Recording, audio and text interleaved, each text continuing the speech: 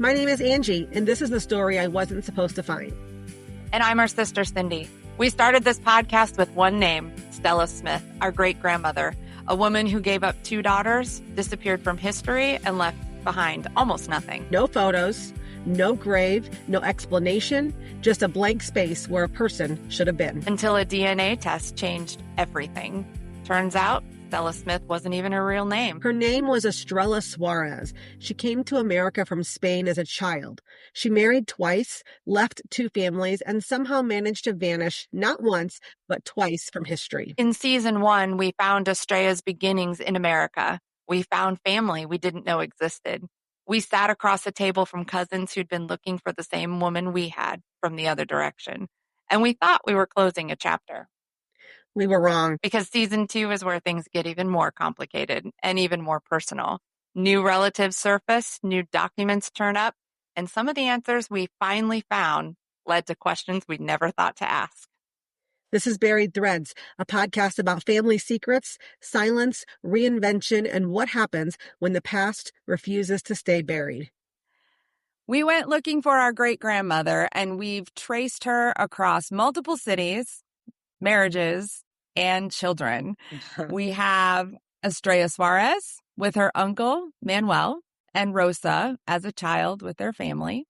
We have Stella Suarez. We found out she goes by Stella, who married Emilio Valdez and their daughter together, Mary or Mary Rose. We have Stella Smith, who married Christopher Columbus de Board and their 2 daughters, Florence and Marie Christine. And we have Wilma Estelle Nelson, married to William Nelson, and their 2 children, Frances, or Franny, and Edward. And we found her grave. We traced her to the end of her life, her final resting place. We stood there and we looked at it in person. I never thought that would happen. I have to tell you, I never thought we'd get there. I know. Yeah. I know. So we knew that there was more about Estrella's childhood before coming to the U.S., and we didn't know much about the years that she worked for Etta between 1928 and 1936. But the other piece that was thrown in there is when we met Terry and we're having our conversation and, meeting her and blowing each other's minds with all the new information back and forth. She asked us numerous times if we ever knew anything about Walter Scott. And I ever heard that name, didn't know a thing about it. And she kept saying, well, they were married. He died like just a couple months before she married my grandfather. And we got to find Walter. And I'll be honest, I was very skeptical from the very beginning. You probably heard some of that skepticism when I talked about it in previous episodes on the podcast too. For one thing, the timeline didn't make sense because I had her working at this Etta Montgomery right up until the time months of when she married William. And so I just didn't think it could fit. And it just didn't make any sense. But you are doing a little bit of looking around and we still couldn't find anything. But then actually, we talked about this in one of the episodes, and one of our followers did their own little reading and some information and found that he is real and they did get married. Now, one of the really cool things, just as a researching note, the way that she found it, because I couldn't figure out how did she find this clipping. I have searched these exact things like so many times. But she searched by address. So what she did is she did a search for 809 South Walnut, which is the Etta's house, in the newspaper to see what popped up. And I'm a genius. I never thought to do that. And so I started doing that with many addresses now, by the way. But with the 809 South Walnut and doing that, it pulled up this newspaper clipping announcing the marriage. And because it was saying that Estrella lived at that address. And then from there, that same person also found for us the actual marriage license between them. And so I'm blown and eat crow at the same time. He was real, like really was. Yeah. And they did get married. And so now we have in between there, right? In between Stella DeBoard and Wilma Nelson, now we have Estelle Scott. Yeah. Here we go again, right? So, Angie, how many times have I gotten a phone call from you saying, I found another identity? I mean, I honestly thought there couldn't be more. We've reached the end. We have her grave. And while we don't know much about her time at Etta's, we really don't, We know that she lived there, and we know that she was a domestic worker. So maybe naively we thought there really wouldn't be another life, another identity in there, that wasn't possible. And yet here we are. Yeah, here we are. Well, a couple things. First of all, if I call you and say, "Are you sitting down?" you know what's about to come next. Oh, yes. Right. Oh, yeah. Yeah. Yes, I do. Yes. But let's just unpack this a bit with Etta and with Walter, because I think these things are very intertwined. So first of Yeah. all, unequivocally, he's real. They did get married. There is a marriage license. They got married in Chicago. That's 100,000%. He did not die, by the way. She said that he died and then she was a widow when she turned around and married William. That was not true. The timeline, which we always thought was a little tight, the family understood that he died in March of 1937 and she married William in May. And we always thought, whoa, that's real tight, but not impossible. Yeah. I mean, Right. But that did also become her modus operandi as far as I'm a widow, so that's why I'm ready to get remarried. Like that was the thing. Yeah. So we know he's real. But there are some abnormalities that I think we need to talk about. And they actually connect right back to Etta. So let me just back up first and say, I've always struggled to understand, with the limited information that we have, this relationship with Etta. And let me tell you why there are some weird things about it. So the first weird thing is she would have already been pregnant with Grandma, with Marie Christine, when she started working there. Right. And in fact, by searching by address, I literally found the help wanted ad that I'm pretty sure she responded to when she got hired there, which is kind of, because just the timing of it. But she would have been pregnant already when she got there. That's pretty abnormal for someone to hire a pregnant woman to be a live-in in your house. Like, that's not right. It's just odd, especially for a high society woman that this woman was. So the other thing is, we've said before that Etta and her husband were wealthy, which they were, and that they owned a furniture store. But actually, I did some digging. They did not own a furniture store. They owned a mattress company, like a manufacturing company. Yeah. And her husband was the president of that. Not the only owner, but he was the president and the head lead of that. His brother was involved in a different role there. But then he died. They have a lake property in West Michigan, and that's actually where he passed away, kind of young. What's mind-blowing to me when I did the research is that Etta actually became the treasurer of that company after he died.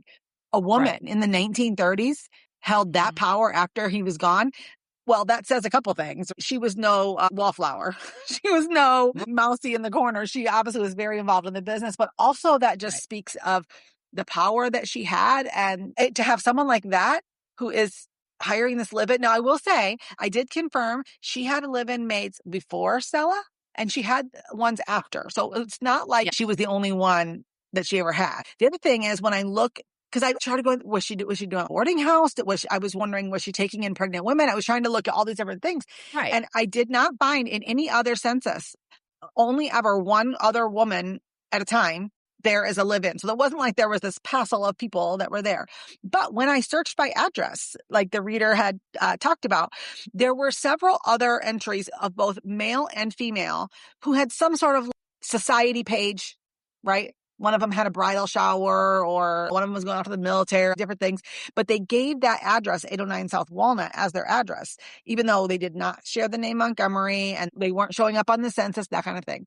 I don't know what that means, but what I think it means is that she was connected to families. And again, the ones who were listing these were people of affluence who were having their bridal shower and then getting married. It didn't appear to be people that she was helping necessarily, but that she was still kind of connected in all this way.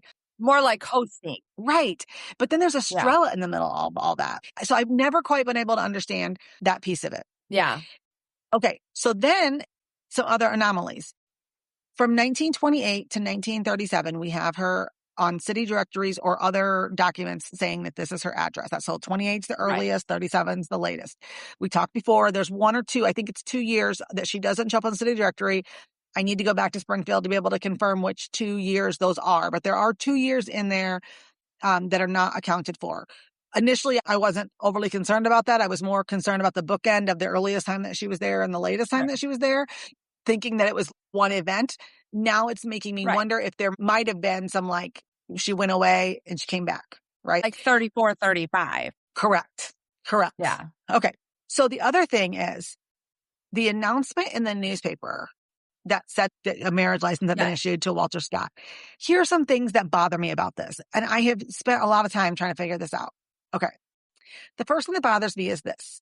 That was published in a Springfield newspaper, but it says in the paper, and also it happened in Cook County. Okay. So Springfield newspaper does not automatically publish marriage licenses that are issued in other counties the way they would do it if it was in their own county. And it was also listed in the society page, not in the legal page where you would normally see those.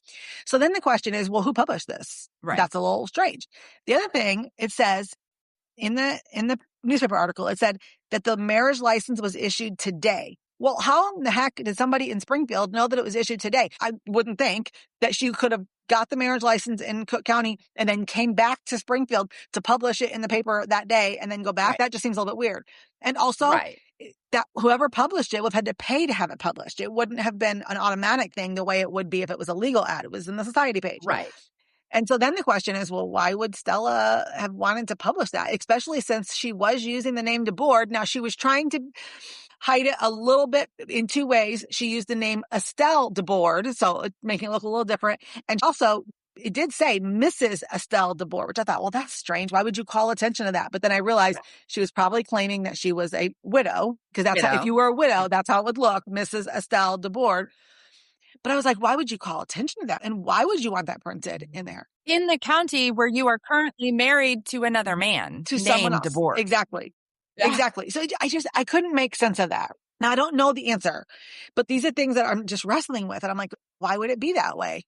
The other piece, just before I get into what I think could be the answer to all that, the other piece that's never quite made sense to me relates to Florence. So we know that Florence was in a foster home. Okay, here's how we know that. First of all, we see her. We see her on the census. There's numerous documents that attribute her there. Yeah. Also, when she got engaged the first time, she didn't get married, but she did get engaged the first time. She was 16 years old, I believe. Yes. When that was published in the newspaper, it said, this person's getting married to this person. Florence is getting married to this person, da-da-da. And it said, her mother is Della Redburn. And then it said, in parentheses, foster mother. So again, we aren't projecting the word foster mother. Whoever published that, either Della or Florence, was calling it foster mother. Yeah. Okay. When she shows up on the census, she shows up as a boarder in their home. So it's a head of household for the Redburns and boarder. Right. And also, by the way, she wasn't the only boarder. There was another whole family. In fact, I did research on this family because they were there for a long time. The youngest child in that family and Florence would have actually lived together in that home for 6 or 8 years together. Yeah. So that family, they lived on a farm north of Springfield. Mom died either in childbirth with the youngest or shortly after childbirth with the youngest. And at that point, the younger children, so there's 4 or maybe 5 of them, were placed in this home and they were listed as boarders. Then the older children stayed on the farm with dad. The presumption being that obviously dad couldn't care for all of these children without mom being there and still running the farm. And then the other children, as they got older, then they went back to the farm. But Sherman, who was the youngest, he stayed in that home all the way until he graduated high school and went to college. And so there's overlap there with Florence. So again, this is where the concept of it being a foster thing. But what I always wondered, why is it that grandma was adopted? She had involvement with this children's society all the way through to her 6th birthday or 6 years old when she was adopted. Why wasn't Florence? Why was hers separate? And then we also talked about when Christopher filed for that divorce in absentia, Florence is 17 and a half. And at that point, he's given custody of her, which means that her legal situation was very precarious all this time until she's 17 and a half. This divorce happened, and then custody is given to Christopher. These things have all just been not making sense to me. Okay. Yeah. So those are like pieces that just don't quite fit. And here's what I think, shifting into an opinion. What I think might be the case is this. In my research, first of all, talking about Florence, there was a practice at that point where if a person could not care for a child, like that farmer husband whose, wife died, that they could place the child in a quote unquote foster home, not in the way that where the state was involved or guardianship was changing, but placed there. And then they would pay the father, whoever the other person was, would pay on a regular basis for that person to care for their child. And they were, the child was being cared for and the parent technically retained their legal status, but yet they're being provided for by the other person and being paid for by the parent. So the question is, I wonder if that's what was happening with Florence. And again, here's what we know. We know that when Florence was born, They were still living on Keys Avenue, which is the home that she had with Christopher. Yeah. And then by the time 18 months later, when Grandma was born, the address was Etta Walnut. Montgomery's, which means sometime between when Florence was born and when Marie Christine was born, she being Stella, ceased to be living in that Keys home and caring for the child. So I did a little geographic research. The address of where the foster home is compared to where their original family home was on Keys Avenue is like 3 blocks away around the corner. So I'm thinking, okay, what if we know that Christopher was gone? We know that he was in and out and gone. Right. And it's his late 20s or mid 20s. You know, she has no money. She has no means. And we saw the one ad that Etta had posted needing household help. So what if she responded to that and took that job and then put Florence in the care of this woman using her earnings from Etta to pay the weekly whatever that she had to pay for this child to be cared for? A speculation, but that seems to make some things fit a little bit cleaner. So when she got hired by Etta, it may or may not have been obvious that she was pregnant. If it was early pregnancy, maybe it wasn't known. Or maybe she didn't get pregnant after she started working there. Who knows about all that? One more important piece about Etta. Etta was childless. Etta was unable to have children her entire life. She never had a child. Okay. So no idea how she felt about that. No idea what she thought about that. But I was unable to have a child for a long year. And I can speculate on what that might have been like for her. But now all of a sudden this household help is turning up pregnant. In my care. First of all, as a high society woman, I would not want a pregnant woman living in my home unattached. But again, the first time you could explain that because she's technically married and there's technically like whatever. But let me throw out a different idea that I just thought of while you were laying this out. Because, okay, when you put together, somebody did that marriage license announcement with Walter and acknowledged she's Mrs. DeBoard. So it's known that she's married. She's using the name DeBoard still. Okay. What if she told Etta she was a widow?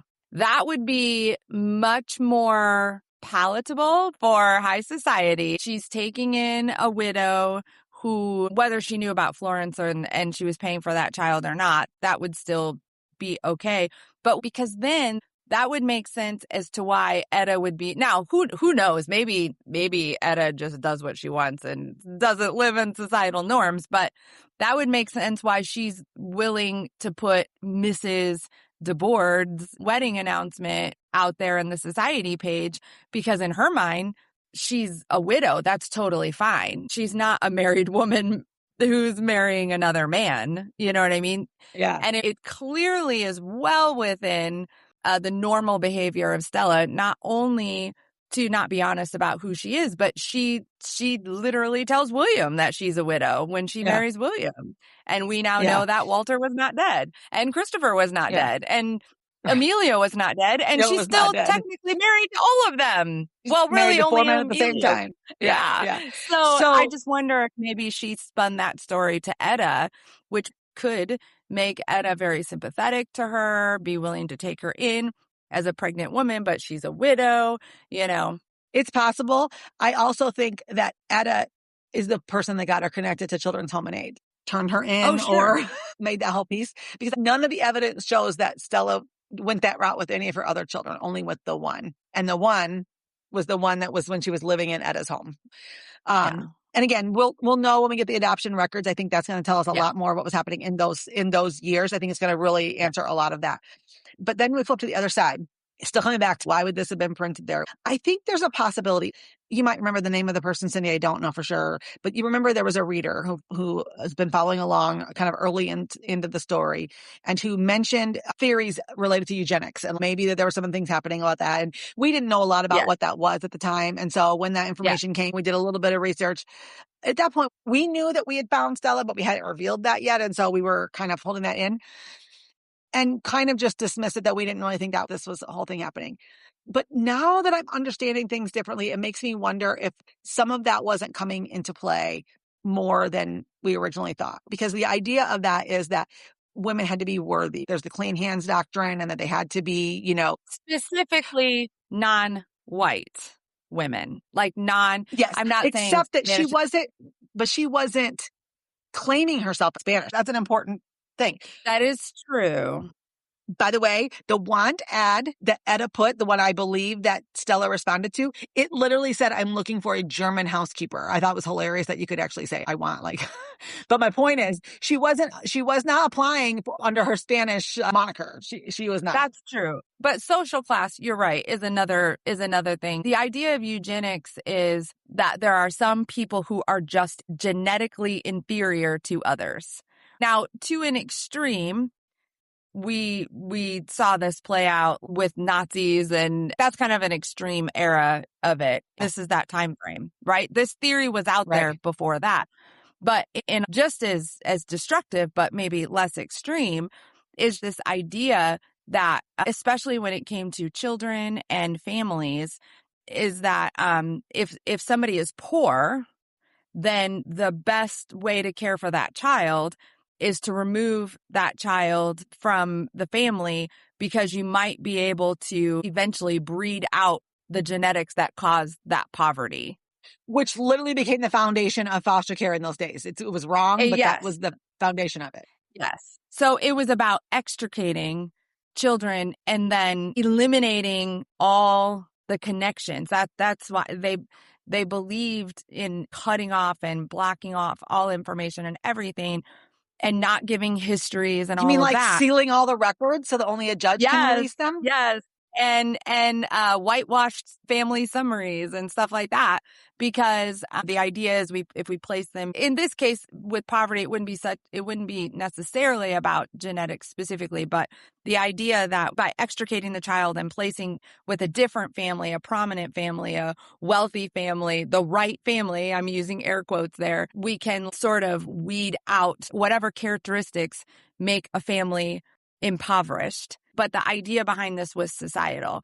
And I'm very sorry to our listeners, because we have had contact with so many people recently. I cannot remember her name, who shared that with us, but she is looking for many missing women on the East Coast, or in New England, I'm sorry, if I remember correctly. And in her searching, she is finding that this idea of eugenics has played a lot of it, because there's devaluing people who are not white, or who are poor, or who have other genetic, medical issues, and they literally, even morality. They would consider morality breaks. Yeah. And as to be weeded out of our society, so that those who are left are this pure, more perfected race, basically, which is awful, but it leads to all kinds of maltreatment. And so she was saying that in a lot of the cases she looked at, there were actually laws were perpetuating these things, and there were very active, formalized groups. And I didn't find that so much in Illinois. There weren't specific laws formed, but the theory was out there, and people there was a movement in Illinois, though. There was a movement. Of course there was. I mean, it permeates. And so it would not surprise me if it influenced even the idea of, well, just give up your child. Now, many of us, maybe not all, but the more popular view is, let's help this. Let's say she said she was a widow, but maybe not. This abandoned wife. Let's help this abandoned wife who is pregnant, has a child, or maybe they didn't know about Florence, but let's help her. I mean, literally, this is what you and I do for a living. Let's give her a space where, give her the tools and help her get through, and so that we can raise them up out of poverty for the benefit of the future generation. That's our mindset in our society by and large today. Yeah, but it's not what it was then. But at the time, that was not it. At the time, it was believed we extricate, we separate. That's what's best for the child. Yeah. So I can't say for sure that was a direct connection to the story. But what I can say for sure is I'm pretty sure that Etta was all up in her business. And here's what I mean. So even that newspaper article that was published, the question becomes kind of why. My other theory about that is that this was not published by Stella. I don't believe so. Don't think she would have paid for it. And the timing of it, how could she have done that in Springfield from Chicago when this happened in Chicago? But I think that Etta did it. And I think that Etta did it because I think Etta knew that she wasn't widowed. And I think that so it was like getting this on record to be able to say, Mrs. DeBoard is getting married. And the closing line says that a marriage license was issued today for Mrs. Estelle, I think it's Estelle, Mrs. Estelle DeBoard of 809 South Walnut, and Walter Scott of Chicago. And then it said, details of the wedding could not be determined, which is odd. Unknown. If Stella was doing it, she would know the exact details of the wedding. Yeah. And so I think it was Etta going on record to society, making sure that people saw this and that making sure that she knew something was going on. And how do I get this on the record? Yeah. And then here's the thing. She only ended up staying married to Walter about a year and a half. Okay. It was only a year and a half. And here's the wild thing. At the end of that year and a half, she shows up at Etta's house again, which I'm like, mind blown. Why would you go back there? Right. Except that if something happened with Walter, and again, I don't know what happened, but somehow that didn't happen anymore. She had no place to go. And so she came back, but she wasn't there very long. That's the other piece of it. She was only there a few short months. And then boom, I'm widowed and I'm getting married into Macomb. And then there I situated. So anyways. Yeah. Let's go back for a second. Let's go back a little bit.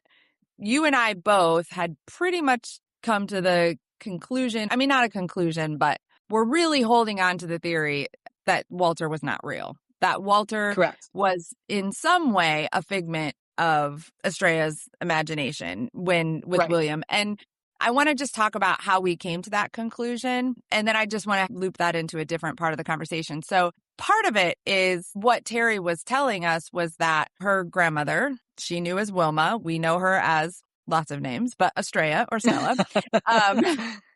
She would talk about Walter. This is her granddaughter. And she said she would talk about Walter, and she would talk about Walter being the love of her life. And she would say that they lived very well. I can't remember her exact words, but basically that they were well off because Wilma and William were poor. From what Terry has told us, they managed, but they didn't have anything extra.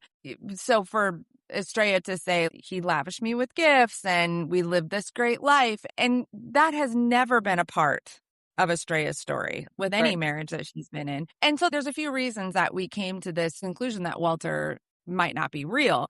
And part of it is we're putting a lot into the summary that Estrella left behind with the Illinois Children's Home and Aid Society. We also know that was summarized by a caseworker. So who knows how much of that was what she actually said. But she paints this picture of her childhood in kind of a fantastical way. She's put out to work at a young age, and she doesn't say evil stepmother, but it's kind of that picture, the Cinderella type story. She's made to work and it's hard. We know it was not the true picture. I'm not saying she didn't work. I'm sure she did. I'm sure she helped with borders and all of that.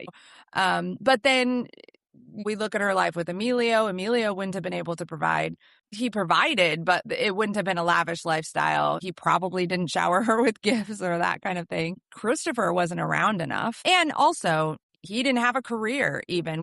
He worked sometimes, but he was more of a, I don't want to say his career grifter, was trying to trick the veterans. He was absolutely a grifter. Yeah. I mean, he's a guy who does what he can. He puts more effort into swindling services that he's not entitled to as opposed to just working. So we can document that. We know she lied. We know she made up histories. We know she made up names. Terry said William and Wilma barely had 2 nickels to rub together. So it is not, to me, a crazy idea that Wilma has this fantasy about this guy who life was great with him and we had everything we ever wanted. But there was an interesting moment in our interview with Terry where we did pause for a second and we're like, oh. And so I just want to play that clip just to remind our listeners of what Terry talked to us about, and then we can talk more. I've often wondered too, she always wore this ring with 4 diamonds in it. She always told me someday this is going to be yours. And I do have it now. And I always wondered where it really truly came from. It's got 4 diamonds. So I thought it was Papa, her, Franny, and Dad. Yeah. But there's no way. I mean, they did not have 2 nickels to rub together. So I really don't know the origin of this ring. That's interesting. Have you verified that they are real? Yes. Interesting. I don't know of anyone in her life who would have been able to provide her with that. So interesting. No. And she never sold it. So it's not like it was something that she, No, she treasured it. Yeah. Interesting. And Interesting. she always had it on every time I saw her. And every time she'd say, someday, honey, this will be yours, you know. Okay, so this made us pause because it's one thing for her to say, we lived this life and he lavished all these gifts on me and blah, blah, blah, blah, blah. But now Terry's like, no, there actually is a ring. I have the ring. I've had it looked at. It's real. The diamonds are real. No version of Estrella's life accounts for that, for a diamond ring with 4 diamonds in it. Even Walter, even the Walter that we found, he wasn't necessarily wealthy. I mean, that's a whole story with him, but he was a barber. Yeah. You know, that was his profession. And he was married, by the way, 5 times also. I think Estrella was number 3. She has a type. She has a type. Yes.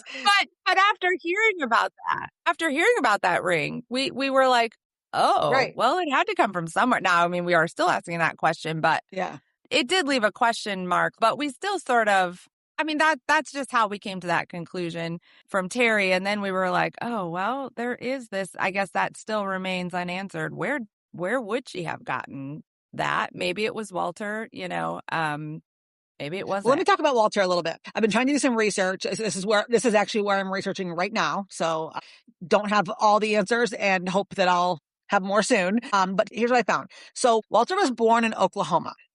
The wife that he had before Stella, I see the look on your face because you know what's coming. Her name was Wilma.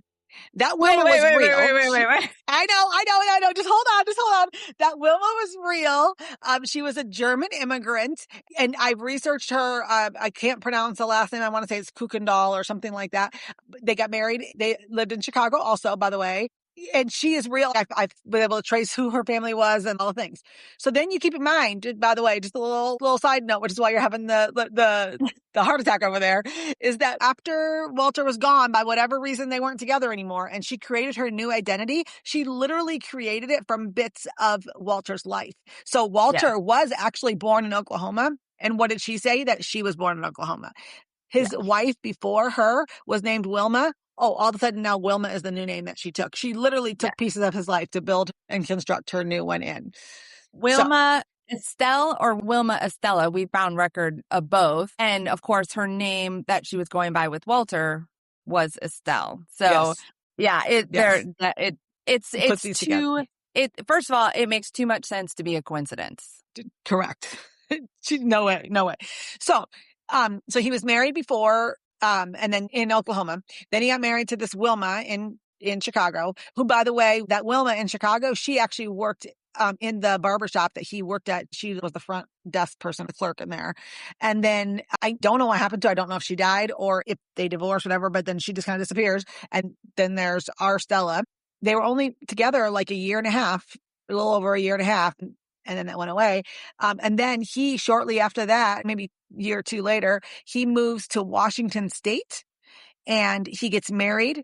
He has the one child that's ever been attributed to him anyways. And that child is born in Washington State as well. And then they were together for a number of years, but then they did divorce. He remarried again. And that wife was his wife, kind of like Stella, that then was all the way to the end of his life. He actually passed away in your neck of the woods in Springfield, Branson area. And I think Springfield. Yep. And so, so that's, his piece. Yes. I should go find is his grave here? I should find it. Oh, yeah, interesting. It is. I can send you the information on that. Yes. Just as a side note, here's how he passed away. So he was a barber when he was in Chicago, but as he got older, when he went to Washington State, he began to work in floor refinishing, like the wooden floors in the house. And he was still doing that when he was in Missouri. When he was in Missouri, some sort of chemical he was using for refinishing the floors caught fire.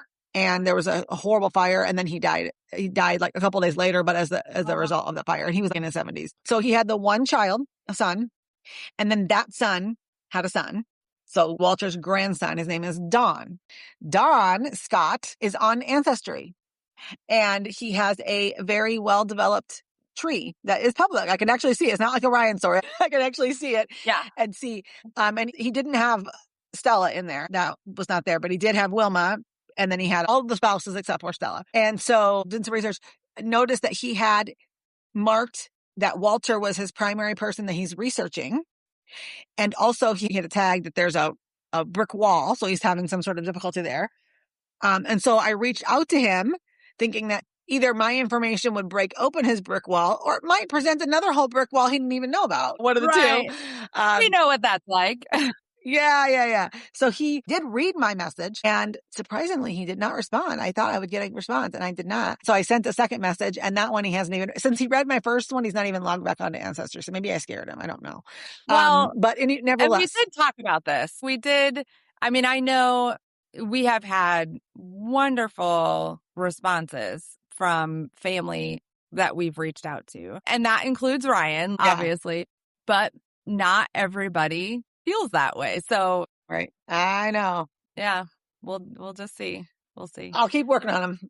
Although he wouldn't be a DNA match. He would not be a DNA match. Correct. Now, one of the other questions is if there are more children that Stella had, and we've already talked in a previous episode that based on the number 7 that was on William's birth certificate, we think that there's a possibility and that there could be 1 or 2. And here's how we get the 1 or 2. So we've already identified 6 children. So that means there's 1 to be the 7th child. But then let's remind. So the 6 that we count are Baby Joe, so Baby Joe and Mary Rose, they were twins born to Emilio and Stella. Then there's Florence and Marie Christine, born to her and Christopher. And then there's Francis and Edward. And so that makes 6 right there, 6 of the 7. Right. Sorry, go ahead. Right. And then thank you. And then the one question too is, we've been assuming that she was counting Baby Joe, but the actual way it reads on the birth certificate is the number of live births, and he died in childbirth. So if she wasn't counting him, then there's actually 2 missing children.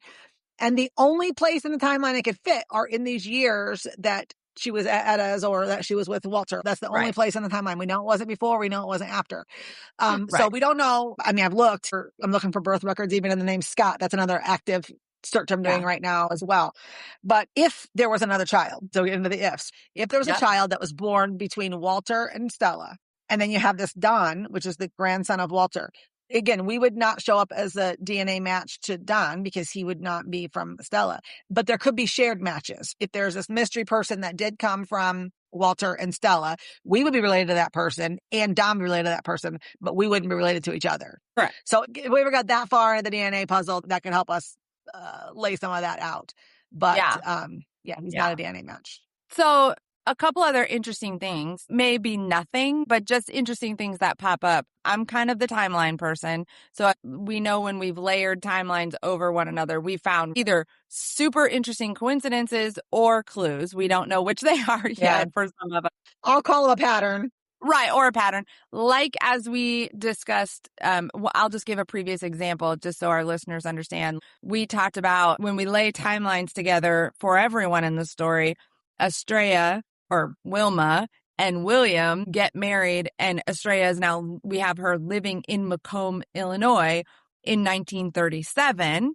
And at the same time, within that same year, Noah Hickman died.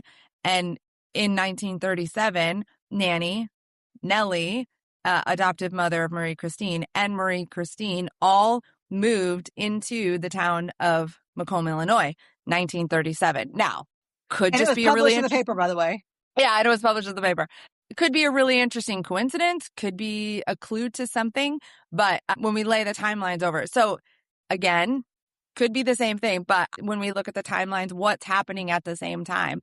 1934, Estelle DeBoard marries Walter Scott, 1934.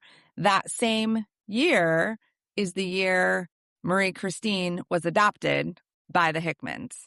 Just after. So she was adopted first, and then just after she got married. Yeah. Oh, yeah. Oh, yes. The adoption happened first, and then the wedding was in September, correct? Mm-hmm. September 12th, I think. September. Yes. Yeah. So just what's happening in 1934, that's very interesting. 2 other things. One is a point, and then one is a question. I also noticed, you showed me the marriage license. And I noticed on the marriage license, Estrella put her birth date, well, she puts her age as 34. So she is dating her birth at 1900. Which she did the same thing when she married William. Yes. Wilma also, her birth date. Now, we don't know an exact birth date for Estrella, but based on the earliest census we have, where we assume an adult, gave her date of birth as best they knew it. We have her birth at 1905. Does that sound correct? Yes. Yeah. And like you said before, I mean, that might not be the exact year, but you would know if the When you're person 15. yeah, you would know. Well, when she came to live with Manuel and Rosa in 1913, she would have been 8. Well, you would know the difference between 8 and 13. Correct. There, you Correct. can tell the difference. So it's interesting, but why would you make yourself older if you're going to lie about your age? Maybe, who knows why, right? Who knows? It is an interesting connection along with the Oklahoma thing and the William thing. That birthday also is the same between those two. Okay, last thing, and this is more of a question. So they got married in Cook County. Estrella/Estelle and Walter got married in Cook County. And you have record of him living in Cook County prior to their marriage. So if we are looking for any evidence of Estrella and Walter's life together, we are looking in Cook County, which, by the way, is kind of disheartening because it's way easier to find people in Springfield, Illinois than it is in Cook County. Or Macomb. or Macomb than it is in Chicago, which I don't know, might be on purpose. Yeah. So what are the possibilities there? What can we look at in Cook County? And what do you think is possible for us to find out about their life together there? Yeah, I haven't found much yet. I did find an address of where Walter and Wilma lived in Chicago, a street address. And then I was tracing that address, following that thread through, and found that place became for rent again about the time that he married Stella, which means that they didn't stay in that same place. They went somewhere else. But where that somewhere else is, I have no idea. And I don't know, did they stay in Chicago? They got married in Chicago. Did they stay in Chicago or did they go somewhere else? I just have no idea. Yeah. Did they come back to Etta's or near Etta? I can't imagine that, but maybe Springfield, because again, well, here's the thing. We talked earlier about this theory that Stella placed Florence in foster care herself and was paying that way herself and using the money that she made, to do that. If that was the case, she would have needed to continue to come back to be able to pay that. Because, there's no Apple Pay, there's no that kind of thing. But then also keep in mind what Terry told us is that once she married William, during that whole time, she was still taking the train back to Springfield on a pretty regular basis. We don't have a clue what she was doing, but it makes you wonder, was she going back to continue to pay for Florence's care there? And probably to visit, because here's the thing too. We've assumed without evidence that once Florence is in that foster home, that Stella had nothing to do with it. Because I guess I'm thinking of things the way foster care works now, as opposed to then. But if she was going back, first of all, she would have retained her rights. But if she was going back on a regular basis and making payments, I mean, who knows? Maybe she just put it in the mailbox and nobody ever saw her. But it's also possible that there was actually ongoing relationship and visits, which might explain how Stella knew her last name. Well, why Stella knew her last name, her married name, later on when she was talking to Franny Obituary. Yeah. Well, and the other theory, additionally, one, her relationship with Etta is a possibility, but also we are continuing to look into whether there's a closer relationship with that other Suarez family who lived near them in Taylor Springs and then moved to Springfield. We and they think there might be a closer family connection. We just need the right person to take a DNA test in order to figure that out. Yeah. Literally, there's only one person. The line is very small. There's one person available, and he is approaching the end of his life and has been unwilling. And so family members are trying to find a way to persuade him before it's too late. Yeah, because there's a family member who would love for that to happen, but they're adopted. So they're like, I'd be happy to take one, but it's not going to help you at all. But they're really encouraging this other family member to do this because they would like to know as well. They would like to put some pieces together. There's still a lot more to know about Walter. So I would say, hey, listeners, if you have creative ideas about where we should look for documentation on Walter and, Estrella, but she did go by Estelle. And also, Angie, her middle initial on everything is H. Estelle H. DeBoard. And I'm like, what is that? Because when she marries William, this was interesting. So her maiden name is Huffman when she marries Which doesn't William. make sense because she said she was widowed, so you would think it would be Mrs. Whatever. Scott, but it wasn't. Right. But it wasn't. She used that Huffman. Right. She says Huffman, and she claims that's the name of her dad. She gives the name of her dad with that. But then Terry said it was also interesting because she would say that her maiden name was Leonetti, which was her mother's name.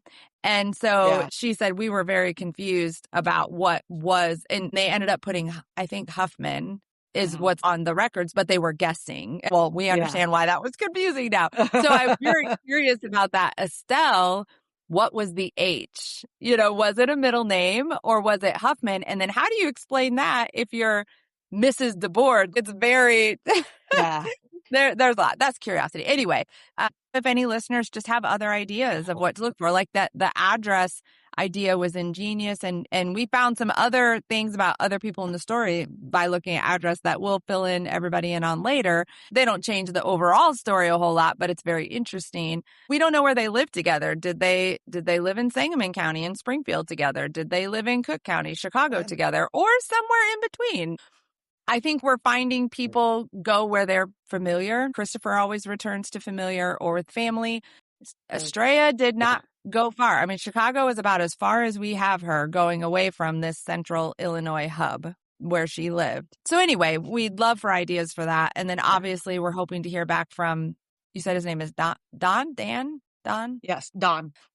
Walter's grandson. If nothing more than curiosity to close that loop and hear what he has to say. I also want to give a shout out to Julie and Rebecca. Those are the two people who sent us the information that gave us everything to talk about today. They're the ones that found the information and have been tracking it down just because they're listening and following along and mesmerized by the story as well. So thank you to both of you. You've been very helpful.